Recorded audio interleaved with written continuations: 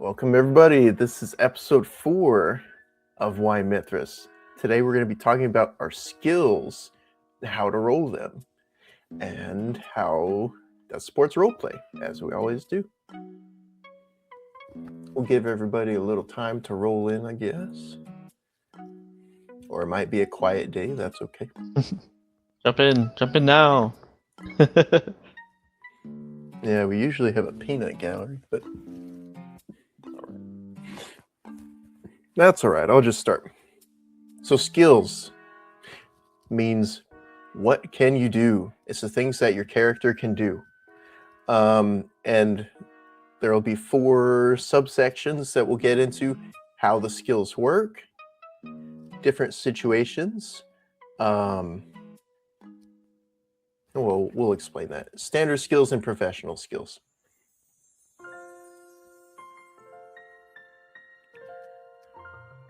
I should have had you start. This is my slide. Anyway. So how do skills work? They define what your character can do. We've already discussed creating your character, like their career and their culture and how that influences their skills, what skills they have and how good they are at them. Now we're thinking about what the skills actually are and what they do. So a skill ranges from 0 to 100 or higher. Hey, Bacon.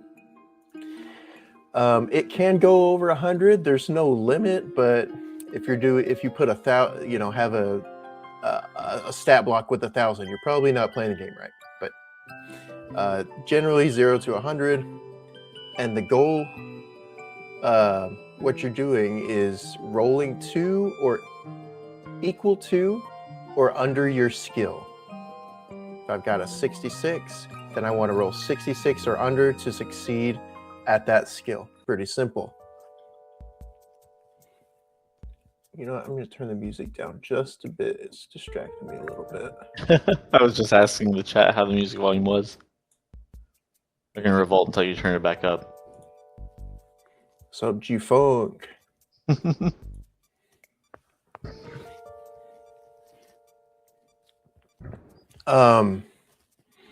So there's 4.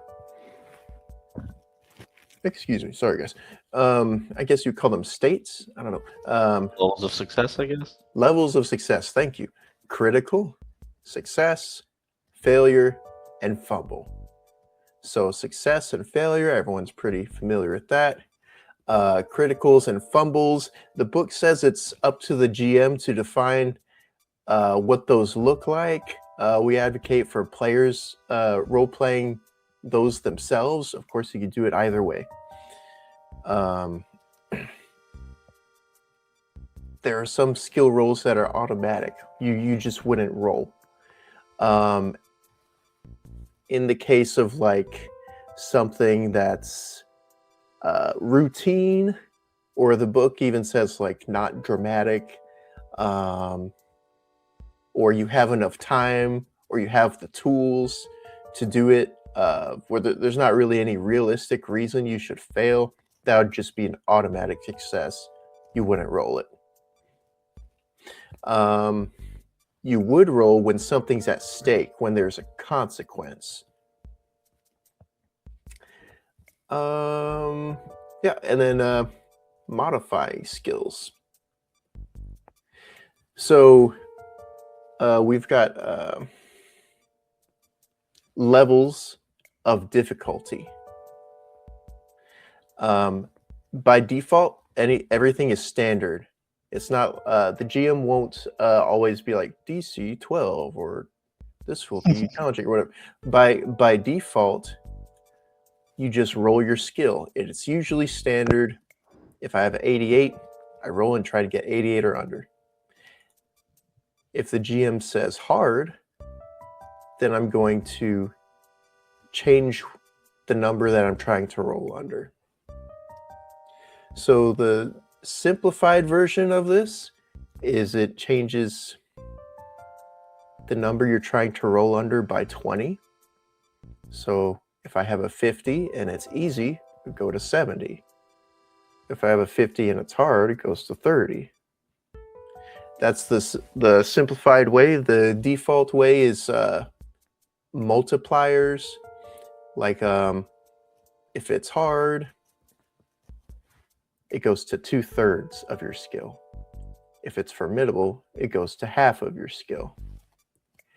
Some prefer the simplified way because it's faster. But the multiplying way doesn't have to stop the game because it's a calculation. As one, you can have the calculations done before your game. You can have them on your sheet, or you can have an auto-calculating sheet, which is fantastic. So you're not having to stop the game. Oh, what is my skill times 2/3? It's already there on your sheet.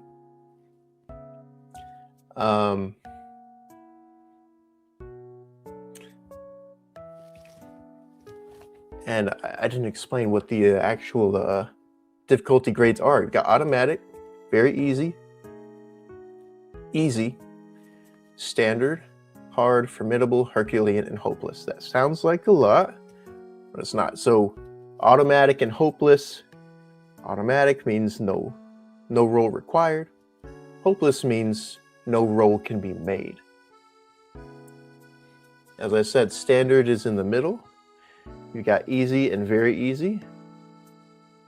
On the other end, you've got hard, formidable, Herculean. There are the book lists some, what would you call them? Difficulties. Some situations. Situations, yeah, thank you. Some situations, and they have a difficulty grade assigned to them. So fighting while like prone, like I'm laying on my back and the pressure's against me, that would be formidable. It's almost impossible to fight while I'm laying down on my back. Certain situations might be hard, some might be formidable, some might be easy. And that's usually how it is. In rarer cases, instead of saying this situation is hard, it will say this situation is 1 grade harder or 1 grade easier. By default, it doesn't do that because it's you don't want to be worried about stacking bonuses or penalties. It's just whatever the greatest penalty is, you take that. Simple. But the game is very well designed, and those situations where it does shift, it makes sense for it to be that way. Such as, for example, like firing an arrow at an extended range. Whatever difficulty that would normally be, it's 1 grade harder. Okay. That's probably a very long way of explaining that, but anything you would like to add for that?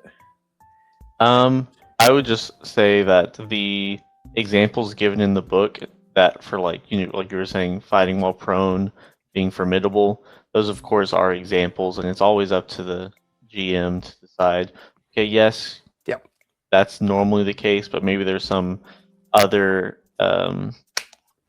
some reason that it might be a little bit different, just like any other game. I really like the fact that it's roll under, so the player always knows what their goal is. They don't need to wait for the GM to tell them success or failure. They already No back know. and forth. No back and forth. And the fact that since it's roll under, all the calculations can be done ahead of time. Yes. I think people don't realize just that small amount of addition and sometimes subtraction, but addition's usually what games go for. Having to do that every single time you roll, even if you only roll a couple times per game, it's surprising how much it slows the game down. Yeah.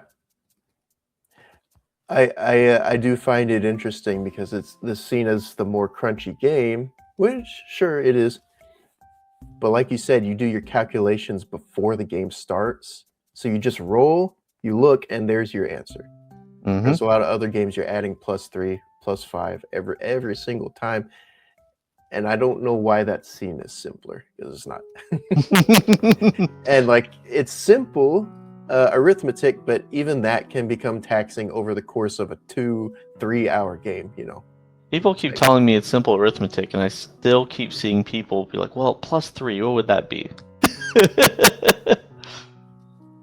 So, Yeah. whatever. It is what it is. It's just one of the reasons why Mythras is better for roleplay. Yep. Okay. I'll finally let you get to your slides, sir. Oh, no problem. So those are the main ways that a game master would modify the rules, but there are other situations. The book does mention reattempting skills, and it's something seen as, okay, the game master can be nice and do this. They don't have to. They advise the game master, you can make it 1 degree harder, and then if that doesn't work, they're out of luck. I was trying to think about it. I was like, well, I don't know if I would ever let someone reattempt a skill, but on the other hand, maybe sometimes it makes sense. Very rare. I like that there's an option there in the game, and any game master can decide how often or not often they use that. Much more useful to me is augmenting skills. So, when you augment a skill, you use a secondary skill in order to increase your chances of succeeding with your primary skill. Something like, you're rolling athletics to escape someone chasing you, but you know this terrain much better, so you can augment using your locale, right? And so you would just take 20% of your locale skill and you would add it to your primary skill. Now, I hear what you're saying. You were just saying that adding and subtracting slowed the game down. What are you doing? And I will say, that's true. Adding and subtracting does slow the game down. I would highly recommend people, if you're going to be augmenting skills, have a calculator ready, or even better, there's a auto-calculating sheet for Mythras. It's just a Google sheet, really, but it's very useful. It'll calculate for you following all the rules, although that does bring up a point of debate in the Mythras community. As Elf Hunter was discussing, there's 2 ways to modify skills. There's the simple way, which most people will use the simple way if they're at the table, the adding and subtracting 20%, because it's simpler, it's easier. But if you like me, you have the auto-calculating sheet, or you just calculate everything beforehand. You like the multiplication, right? But then if you multiply, then the order of operations starts to matter. For example, let's say you're rolling a formidable check. That's minus 50%. But is that 50%? Sorry, not minus 50%. It's multiplying by 50%. But is that 50% multiplication before or after I add my augmenting skill? I am here to say it should be added after. The reason being, I enjoy it when augmenting skills, they come through in the clutch moments when no one knows if it's even possible to succeed. For example, I was talking to Elf Hunter earlier. Imagine you're trying to escape certain doom and you're trapped in a room. Well, maybe your character skill in architecture, so they can look around and say, "Wait a minute, I know how these kinds of rooms are built. I know that certain sections of these walls are essentially hollow." And so you can roll your evade augmented by your architecture skill. And if you succeed, you're able to just, even though you're not super strong, you're able to aim just right, to just careen right through that hollow wall that's essentially just thin paper. I love that option. If you add the augmenting skill before the multiplication, then that 20% of all your augmenting skill essentially just becomes 10%, and that gets like really smushed down, especially the more difficult the situation becomes. A Herculean check is you only have 90%, or sorry, it's reduced by 90%. A little gain going on in the mic. I see that, G-Funk. Let me go. I'm experimenting with some effects. It was perfect before stream, and but now that we're streaming, of course. How's this? Is it better or worse? I'm just going to assume it's better. Anyways, going on. So I advocate for 20%, the 20% being added after the difficulty modifiers. Continuing on, we've By sorry, go ahead. by default, it's before, correct? By default, nobody knows. It's not technically in the rules. That's why people are arguing about it. Okay. Okay. There is no default. It's of course, if you're using the simple plus 20 minus 20, then it doesn't matter because you're just adding multiple times. Yeah. Anyways, there's also capping skills. This is a great way to make sure, okay, somebody is doing something that they're usually really good at, but because of the circumstance, another skill is going to hold them back. For example, let's say you're trying to fire an arrow, a bow and arrow, but you're also on a horse. Well, you may be very good with a bow and arrow, but you're not that great of a horse rider, so your combat style will be capped by your riding skill. Of course, maybe you're you're like a Mongolian archer. In that case, you can have something where it does not cap your riding skill. It's like, oh well, the whole thing is like I ride horses and fire arrows, right? Yeah. There's some things like that. That'd be a trait. Yes, a combat style trait. There's also things such as, different situations GMs can come across. It's really up to you. One common one is if you're fighting on just kind of shaky ground, you might cap some skills that have to do with physical movement. You might cap it with athletics or even evade because of the shaky ground. Anyways, moving on. We have the contested roles. And I love that Mythras, they have 2 contested roles. One is more common. The other one, I don't think I've seen it in another game system. But we'll go over the first one for the opposed role. Very simple. We take those 4 levels of success that we had earlier. We had the critical, success, failure, and fumble. And you both roll and you just look, okay, who got better? If one person got a success, one got a failure, easily we know the person who got a success is the better off. But what if you both roll the exact same? What if you both got a success? In that case, it's blackjack rules. The only time you want to roll high in a Mythras or a BRP system is when you both tied. In Mythras, if I roll a 51 and I succeed, and you roll a 52 and succeed, well, you succeeded better than me, so that you win that tie. I really enjoyed this version of the rules because in games like Call of Cthulhu, they have it, depending on the situation, tie goes either to the attacker or to the defender.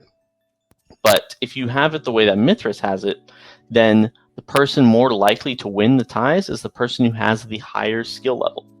If I have an 80 in my, let's just say, I'm not even going to use the real skills. If I have an 80 in lying and you have a 20 in truth discerning or something like that, right? Then even if you roll a maximum success of 20, I still have a very good chance of lying to you, right?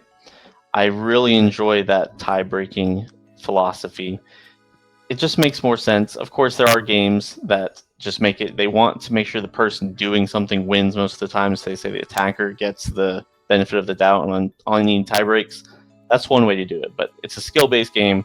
I think the skill level should be the deciding factor.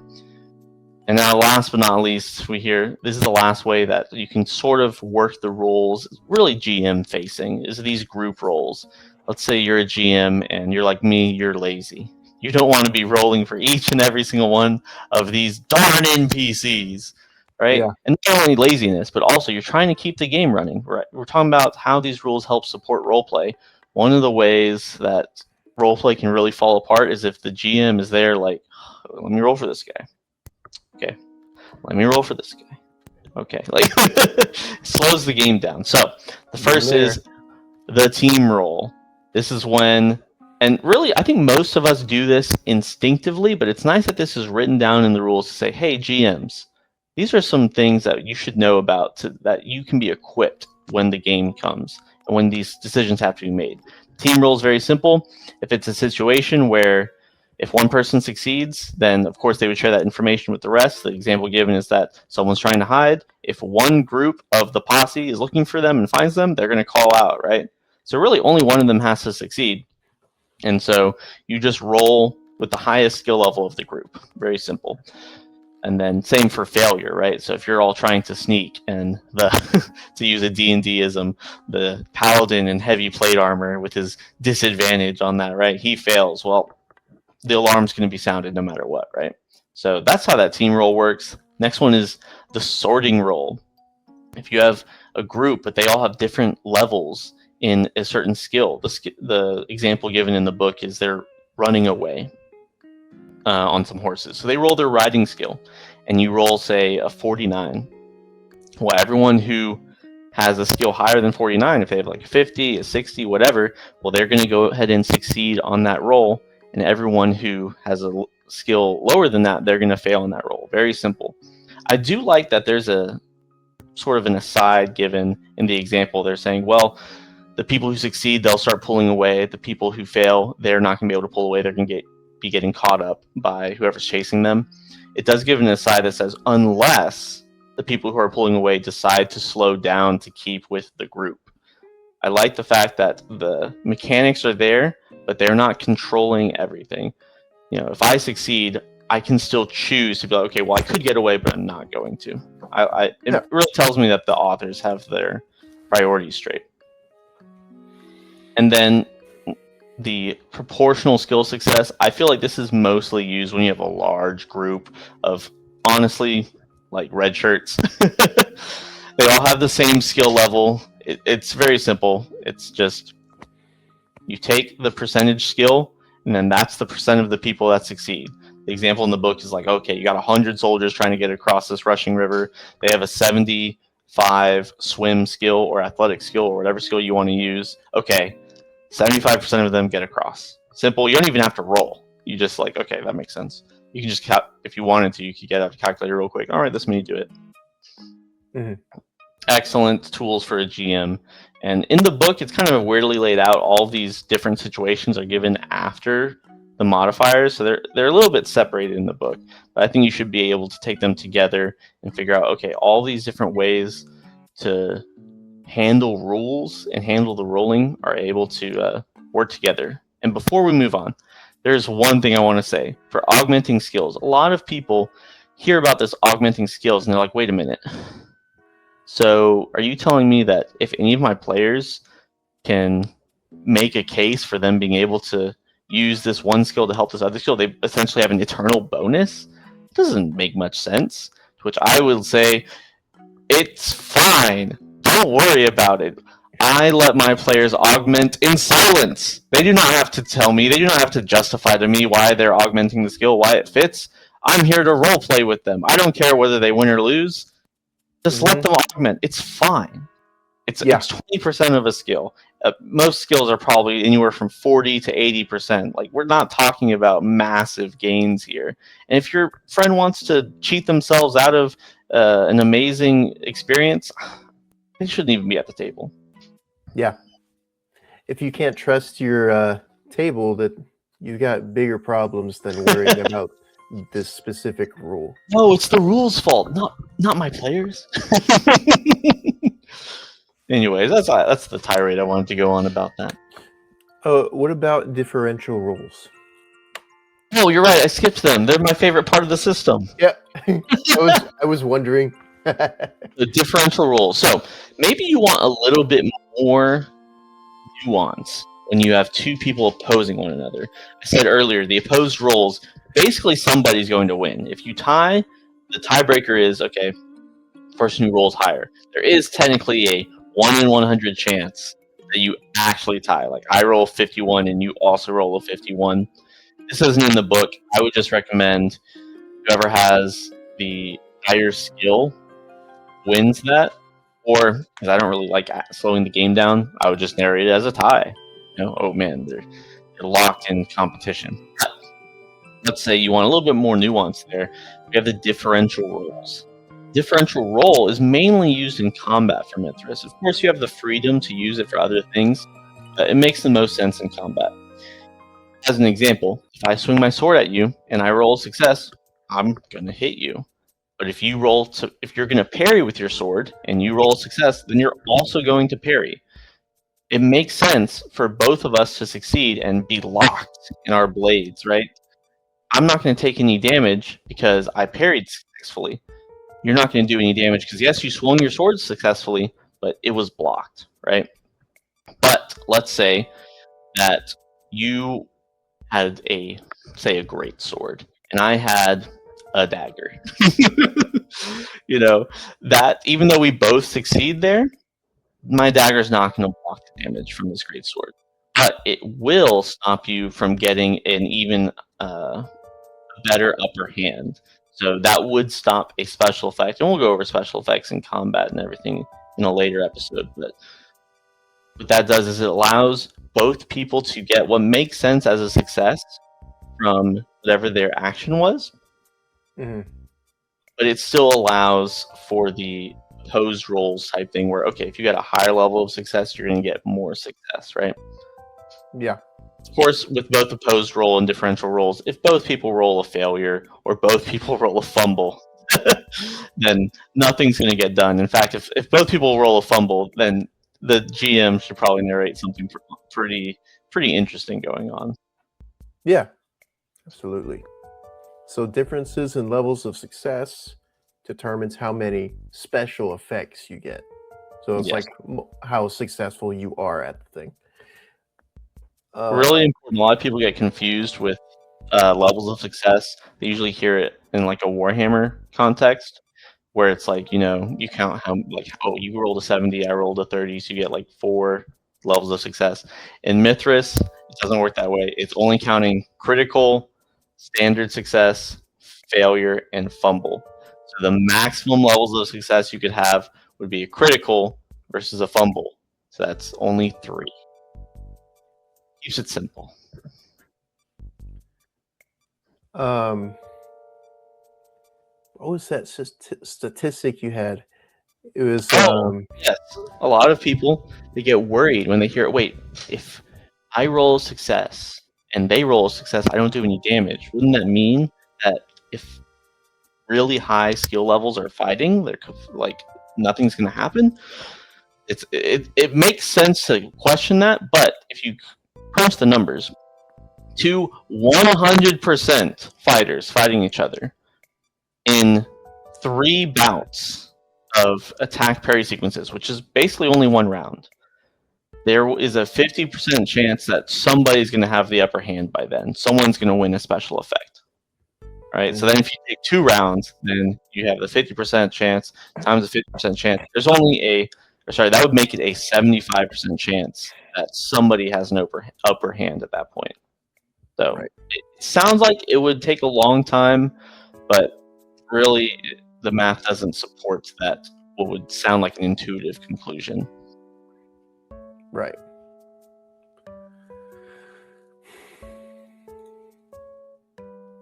Augment away, yes, correct. Might suggest it sometimes with a specific passion, but for the most part, I leave it to the players and I don't need to know. There you go. Excellent. Nice to hear that, Andy. I love talking about passions. We'll get to those in a future episode. Okay. So skills are broken up into 2 types, standard and professional. And I'll go over standard skills first. Standard skills are common to everyone. They represent innate abilities and skills that most people employ on a regular basis from any walk of life. So everybody has all these skills. I think there's around 20 of them, maybe a little bit more. I'll count real quick for you. Sure. I'm guessing 22. But anyone can attempt these. An example of one would be brawn. And one of the things you can do with brawn is a contest of strength. So that could be 2 guys pushing each other, or arm wrestling, or pulling what do you call it? The rope? Oh, tug of war. Tug of war. And you were right, 22. 22. Pretty good at remembering numbers sometimes. Anyway. So contest of strength. That is usually just a simple opposed roll. I roll my brawn and you roll your brawn, and we see who's stronger.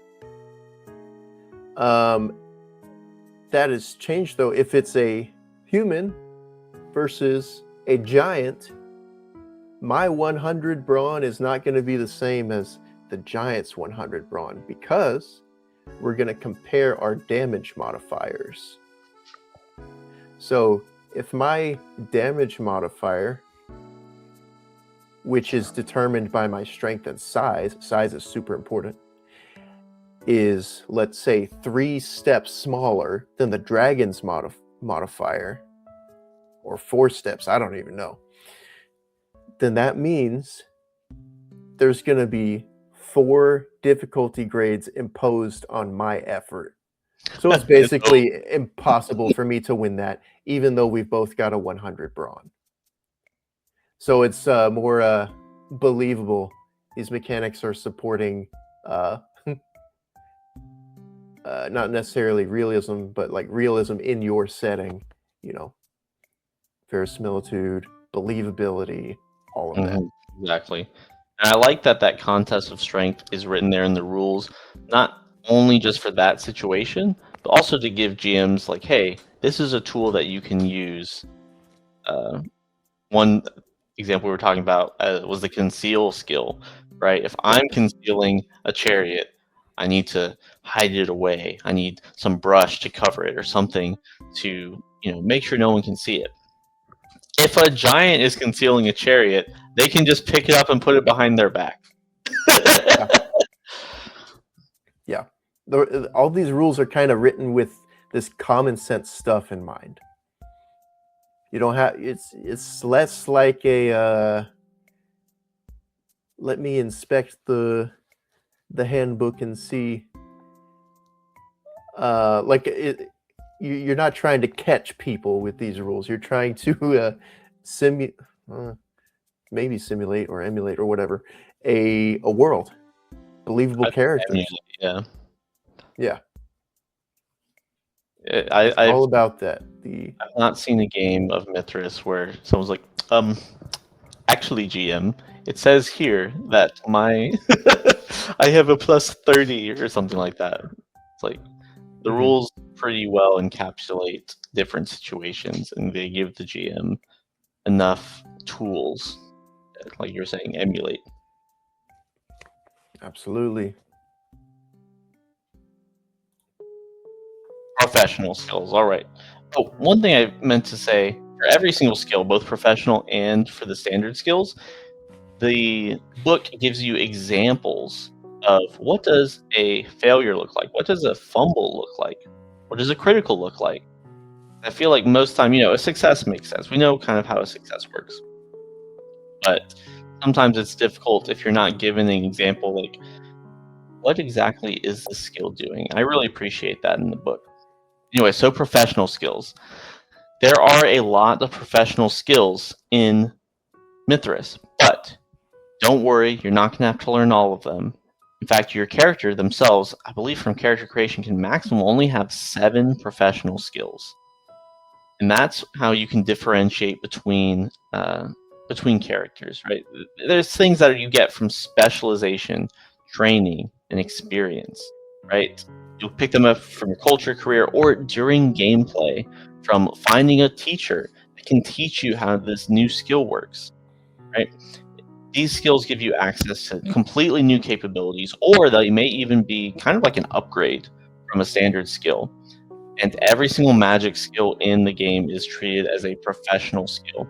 I think that's a good idea. We'll go into kind of like setting and modifying the skill list later, but even if you have a very magical setting, unless literally every single person in the world has access to the same kind of magic, it's better for you to leave that magic as a professional skill, because not everybody can do it, right? Just like Elf Hunter was saying, that's what the standard skills are for. Anyways, back to the professional skills. I have some examples here. So, lockpicking in lore. Great example of it's a new capability. I don't care how much you try to pick a lock, if you don't know what you're doing, if you don't even have a semblance idea of what you're doing, it's going to be extremely difficult. Honestly, why are you even rolling at that point? What about lore about dragons or lore about a far off country? If I've never heard of that country, I'm not going to be able to think of anything about the country, right? I mean, I've heard of, I don't know, Uzbekistan. I know nothing about that country. I know the name. But what about these upgrades from standard skills? Yes, acrobatics. If you are an acrobat, then you can use those skills to dodge incoming blows, jump out of the way of arrows in a way that's much more controlled than someone who's not trained like that. So there's the evade skill. That's how you jump out of the way of arrows. But if I'm an acrobat, I can somersault. I can, was it when you like handstand and you like cartwheel? That's what I'm thinking of. You can get out of the way, and you will be landing on your feet. Whereas someone who's not trained, they're going to land on their arm, on their back. They're going to be prone. Commerce, that's another skill. Maybe, if you're trying to, bargain with somebody, you can use your influence skill. That's a standard skill. But me, I'm a merchant. I know what I'm doing. So I can use my commerce skill. And as later on the rules we'll see it, I'll have an easier time getting an advantage in these sorts of negotiations. And of course, magic. I have right here invocation and shaping. That's for sorcery. Invocation, and this is kind of getting into magic, but invocation is when you're actually using the magic, am I going to succeed?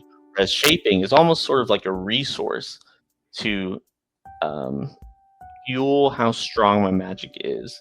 It'll make more sense as we go into the magic chapters, but that's just some examples of the professional skills. And once again, all these skills, they have examples of a success, a critical, a fumble, a failure, so that you're not left as a game master high and dry. How do I describe this? Or even as we advocate as players to describe their failures and successes, they'll have something of an idea of like, okay, what makes the most sense according to the rulebook. It's not like, oh, well, I rolled success on my athletics. I think I should, run a little faster versus someone else. Like, oh, well, I rolled an success on my athletics. I think I should win the race. Yeah, those examples in the book are really good. You're not beholden to them, because the situation may call for something a little bit different, but they are good examples. Exactly. Yeah. And last but not least, if you want to go to the final slide. Sir. Modifying. Yes. So, as far as I'm aware, every single setting book for Mythras modifies the skill list in some sort of way, whether it's the standard skill list or the professional skills available. And that should tell you, as a player, this is how it's supposed to work, right? And these are some things you can think about when you are, because you really should, when you are modifying the skill list. If you're playing a game that, hey, actually, I don't think anyone's going to be speaking in different languages. We're not going to be world travelers. It's not going to be a big part of my game. Okay, get rid of the language skills. You don't need them. It's not going to help your game at all. Or maybe it's very specific. We're going to be going through, maybe it's a time travel game. So, I know Greek. I don't know historic Greek. So now you're not only having Greek as a language, but you're making more Greek languages and Greek from antiquity versus modern day. So you're adding more skills to be more specific. Other things, obviously, in a modern day, people know how to read for the most part. Whereas in the Mythras professional skills, there's a literacy skill. You can take that out. It's fine. Everyone knows how to read, mostly in the modern day, right? That's just an example of how you can really pick and choose how these skills work and figure out, what is going to be the best for my game. Because a lot of people, they'll say, oh, well, what if my players choose these skills? I don't know if they're going to find them useful. Then just take it out. If you as the GM and the players all think that this skill is not going to be useful, just take it out. It's really how the game's supposed to go. It's supposed to be modified. The skill list is. It's not going to upset the balance of things. There's not classes to balance or things like that. It's just a list of skills that Exactly. match your setting. I did want to give an example. I think it's a very interesting and evocative skill from Mythic Britain. It's the superstition skill. So Yeah. by putting this skill in the game, it's a standard skill. Everybody has superstition. So by putting that in the game, you're setting up this world where it's like, okay, you as a player, maybe you're a materialist. Nothing happens unless the chemistry says so. Nothing happens unless the right. But your Mhm. character in the game, they're superstitious. What level of superstition they are, I mean, the skill will show you how much that is. But it's excellent because in that game, superstition does not necessarily have to be in certain things. A Christian priest can be extremely superstitious, constantly letting out small prayers and doing small rituals so they have the blessings of God upon them. Versus a pagan may be extremely superstitious, but in a completely different way, always seeing omens in the number of things that are appearing or in the animals that cross their path. Excellent way for just one skill added to the skill list to just completely change the game. Oh yeah. I'll say real quick that's why when people say like, "Oh, Mythras is by default is like a ancient fantastical, like an ancient fantasy Rome kind of thing." Like, yeah, that's the example setting used in the core rulebook, but it can be anything. You sub out the skills, like you might have to think about how different things work with your table, but the way it's designed is to be modified. Biggest thing to worry about, I think, is if your setting has firearms, you got to think about how to do that. But that's another thing. But yeah, designed to be modified to support your role play in whatever setting you like. Exactly. All right. Well, that's pretty much everything I wanted to talk about. Anything you wanted to add? That's about it. Let's. If you guys have questions, comments, let at it. We'll go ahead and end the VOD right here. See y'all. Bye, VOD viewers.